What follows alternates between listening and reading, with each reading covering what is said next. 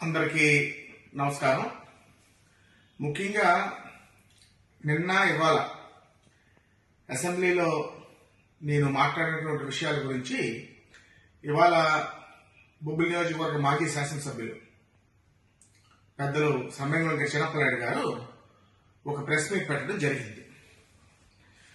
మా నాన్నగారు చనిపోయి ఎక్కడున్నారో తెలియదు, కానీ ఎప్పుడూ ఒకటి అనేవారు, అబద్ధం, దొంగతనం, తప్పు చేస్తే ఎప్పుడు కూడా ఎవరికైనా తాత్కాలిక లబ్ధే ఉంటుంది తప్ప ఎప్పుడు కూడా దాగదరా, ఎప్పటికైనా బయటపడుతుంది. మరోసారి ఇవాళ ఆయన ప్రెస్ మీట్ విన్నాక నాకు నాన్నగారు చెప్పినటువంటి మాటలే గుర్తొచ్చాయి. అంటే ఇవాళ ప్రజల్ని గత 5 సంవత్సరాలుగా ఎంత మభ్యపెట్టారు, ఎంత మోసం చేశారు, ఎన్ని అబద్ధాలు ఆడారో మరొకసారి నిరూపణ అయింది. ముఖ్యంగా ఇవాళ ప్రెస్ మీట్ లో వారు ఏమన్నారు, ఒకవేళ లిఫ్ట్ ఇరిగేషన్ స్కీమ్స్ శాంక్షన్ చేస్తే దాని నిర్వహణ ఖర్చు ఎక్కువ అవుతుంది కాబట్టి మేము శాంక్షన్ చేయలేదు అని అన్నారు. అంటే 5 సంవత్సరాలు కూడా ఆ మాట అనలేదు. ఇవాళ పదవి పోయేసరికి 45,000 ఓట్లతో ఓడిపోయేసరికి మళ్ళీ జీవితంలో మళ్ళీ గెలవని తెలిసేసరికి ఇప్పుడు ఆ మాట, అంటే ఆ మనసులో ఉన్న మాట బయట పెట్టారు. ఎందుకు నిర్వహణ? మీలాంటి చేతకాని ప్రభుత్వం, మీలాంటి చేతకాని పరిపాలన ఉంటే లిఫ్ట్ ఇరిగేషన్ స్కీమ్ నిర్వహణ అనేది సాధ్యం కాదు.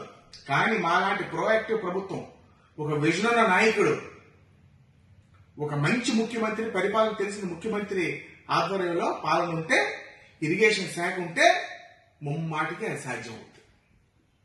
మీరు మరి దానికి లిఫ్ట్ ఇరిగేషన్ నిర్వహణ సాధ్యం కాదు, నిర్వహణ కష్టం అని మీరు అనే వ్యక్తి 4.5 సంవత్సరాల తర్వాత అసెంబ్లీలో Locharla Sivadavalasa lift irrigation scheme sanction చేయాలని వాళ్ళ అసెంబ్లీలో ఎందుకు మాట్లాడారు మీరు? అంటే ఎన్నికల లబ్ధి గురించా? మీ అవకాశవాద రాజకీయం, ఆయన ఎంత అవకాశవాద రాజకీయవాదో ఇవాళ ప్రజలు అర్థం చేసుకోవాల్సినటువంటి అవసరం ఉంది. అసెంబ్లీలో మాట్లాడారు, రికార్డ్స్ తీయండి. లోచర్ల ఎత్తిపోతల పథకం మంజూరు చేయాలని అసెంబ్లీలో మీరు ఎందుకు మాట్లాడారు? నిర్వహణ సాధ్యం కానప్పుడు, నిర్వహణ కష్టం అప్పుడు మీరు అసెంబ్లీలో ఎందుకు మాట్లాడారు?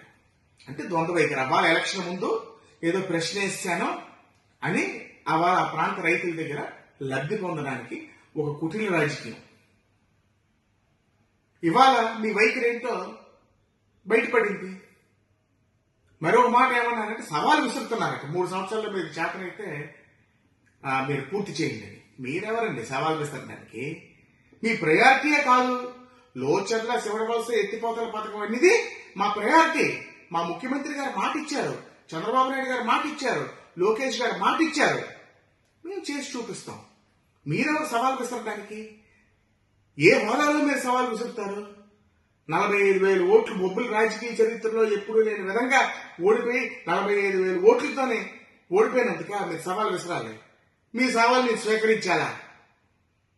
మీరు ఒక శాసనసభ్యుడిగా ఉన్న 5 సంవత్సరాలు, మీకు 4 సార్లు ఎమ్మెల్యేగా పనిచేసినటువంటి అనుభవం ఉంది, పరిచయాలు ఉన్నాయి. ప్రభుత్వ పథకాలు తప్ప, ప్రభుత్వం ఇచ్చింది తప్ప మీరు ఒక్కటైనా ఫైట్ చేసి గవర్నమెంట్ నుంచి ఒక్క రూపాయి మీరు బొబ్బిలి నియోజకవర్గంకి తాగలిగారా? ఒక్క రూపాయి. ఈ సంవత్సరం 8 మాసాల్లో, ఈ సంవత్సరం 9 మాసాల్లో నేను బొబ్బిలి నియోజకవర్గంకి ఎంత తెచ్చాను? ఎన్ని కోట్ల రూపాయలు నిధులు తీసుకొచ్చాను? ప్రభుత్వం ఇచ్చింది కాక నేను ఫైట్ చేసి, నేను మొదటిసారి శాసనసభ్యుడినైనా అందరి దగ్గరికి తిరిగి, ఐఏఎస్ ఆఫీసర్స్ దగ్గరికి, మినిస్టర్స్ దగ్గరికి తిరిగి, ముఖ్యమంత్రి గారి దగ్గరికి తిరిగి, లోకేష్ గారి దగ్గరికి తిరిగి, సంబంధిత మినిస్టర్స్ దగ్గరికి తిరిగి కొన్ని 100 కోట్లు నేను ఈ సంవత్సరం 8 మాసాలు 9 మాసాలు నేను తేడం జరిగింది. ఒక్క రూపాయి. ప్రభుత్వం ఇచ్చినటువంటి పథకాలు, ప్రభుత్వం ఇచ్చినటువంటి డబ్బు కాక మీరు ఎక్స్ట్రా ఒక్క రూపాయి ఫైట్ చేసి బొబ్బిలి నియోజకవర్గ ప్రజలకి మీరు తెచ్చారా? అన్న మినిస్టర్ ఉన్నప్పుడు మేము తెచ్చినవే మీరు పూర్తి చేయలేదు. మీరు సవాల్ విసురుతారా? మీకు సవాలు విసిరే నైతిక హక్కు ఎక్కడ ఉంది? మీరు పనికిరారు, పాలనకు పనికిరారనే ప్రజలు మిమ్మల్ని నిర్ణయించి ఓటర్ల ఆయుధంతో బాయి కొట్టి ఇంటికి పంపించారు.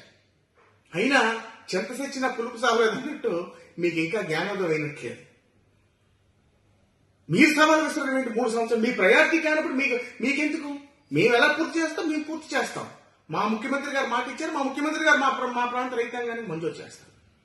దయచేసి ఆయన నమ్ముకున్నటువంటి ఆ గ్రామాలు లోచర్ల, ఆమిటి, అదేవిధంగా బొబ్బుల మండలం శివడవలస, దేవుపిల్లి, ముత్తైవలస, కమ్మవలస, పిరిడి, ముఖ్యంగా పక్కి, ఈ శివడవలస ఎత్తిపోతల పథకం పూర్తవడం వల్ల పక్కి గ్రామానికి కూడా, పక్కి గ్రామంలో ఉన్నటువంటి ఎగువ ప్రాంతానికి కూడా ఎంతో లబ్ధి చేకూరుతుంది.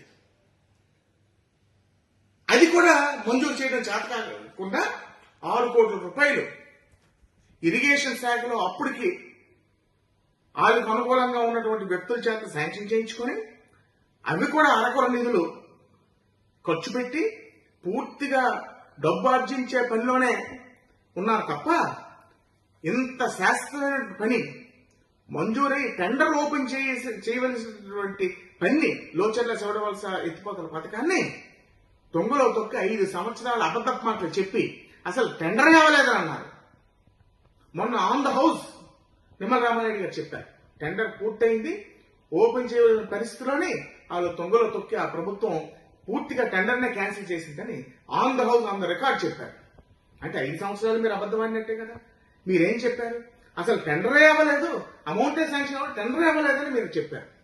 మరి మొన్న ఆన్ ద హౌస్ రికార్డులో స్టేట్ చేశారు నిమ్మల రామారెడ్డి గారు. 5 సంవత్సరాలు మీరు అబద్ధాలు చెప్పి ప్రజల్ని, రైతుల్ని మభ్యపెట్టి రాజకీయ పబ్బం గడుపుకున్నారు. మేము అలా కాదు, ఎట్టి పరిస్థితుల్లో లోచర్ల శివడవలస ఎత్తిపోతల పథకాన్ని పూర్తి చేస్తాం. దాని నిర్వహణ వాడాడులో ఎత్తిపోతల పథకం లేదండి, ఎంత బ్రహ్మాండంగా నడుస్తుంది బాడంగ మండలం వాడాడులో. మరి నిర్వహణ కష్టమైతే ఎందుకు అక్కడ నడుస్తుంది ఎత్తిపోతల పథకం? మీకు చేత కాలేదు, మీకు చేత కాదు కూడా శాంక్షన్ చేయడం, మీకు ప్రయారిటీ కాదు. మీరు ఫైట్ చేసి ఒక పథకం ఈ ప్రాంత రైతాంగానికి అవసరమని మీ అనుభవాన్ని, మీ పలుకుబడిని మీరు వాడటం మీకు చేత కాదు. ప్రజలకి మంచి చేద్దాం, ప్రజలకి శ్రేయస్కరమైన చేద్దాం, రైతాంగానికి శాస్త్రీయ పనులు చేద్దాం. అన్నిటికన్నా విడ్డూరం ఏంటంటే మీ గ్రామానికి, మీ స్వగ్రామానికి లబ్ధి చేకూరే ఎత్తిపోతల పథకాన్ని కూడా మీరు శాంక్షన్ చేసుకోవాలంటే చేతకాని మనిషి మీరు మాట్లాడడం ఏంటి? ఇంకో ముఖ్యమైనటువంటి విషయం, ఎమ్మెల్యే స్టిక్కర్ల గురించి నేను జనరల్ గా రాష్ట్ర వ్యాప్తంగా ఉన్నటువంటి సమస్యలు నేను ఎవరి పేరు ఎత్తలేదు, నాకు అసలు అనవసరం. గత సంవత్సరం 10 మాసాల నుంచి 100 మంది చెప్పారు, నాకు తటస్థులు చెప్పారు. అదే ఆయన పదవి పోయినా ఆయన స్టిక్కర్ వేసుకొని తిరుగుతున్నారు, ఆయన ఎమ్మెల్యే స్టిక్కర్తో తిరుగుతున్నారు, మీరేమైనా యాక్షన్ తీసుకోండి, ప్రెస్ మీట్ అయినా పెట్టండి. నేను ఏ రోజు కూడా పెట్టలేదు. ఎందుకు? ఆయన ఆత్మ పరిశీలన చేసుకోవాలి, ప్రజలు తిరస్కరించారు, దాని గురించి ఎందుకని.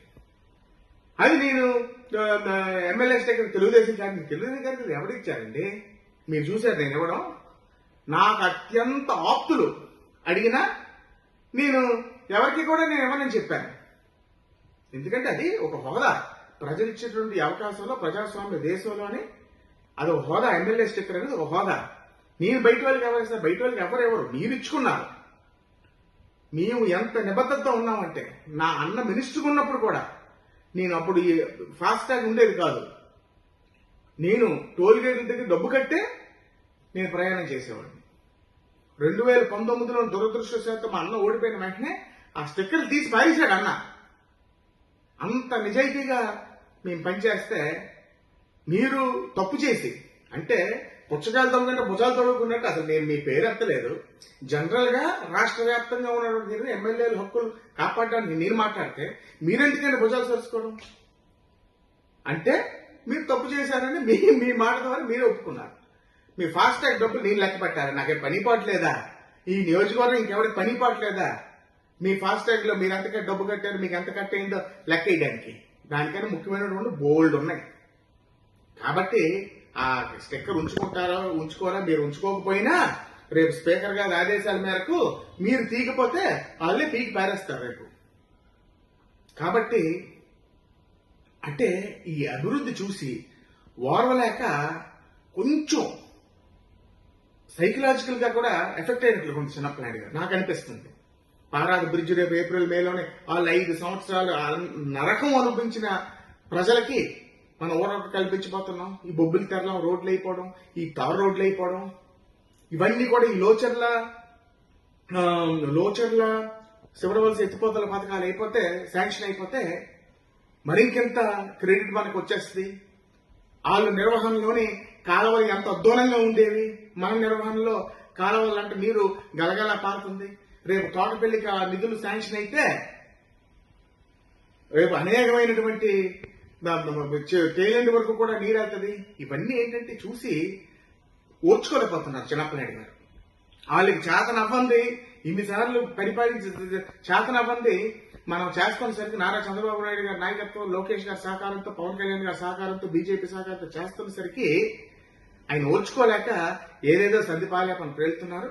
దయచేసి ప్రజలు అర్థం చేసుకోవాలి. నియోజకవర్గ ప్రజలు వీళ్ళు ఎంత అవకాశవాదులో, ప్రమాదకరమైన వాళ్ళు ఎంత అవకాశవాదులో ప్రజలందరూ కూడా గ్రహించాలని నేను కోరుకుంటూ మరి మీ అందరి దగ్గర సెలవు తీసుకుంటున్నాను.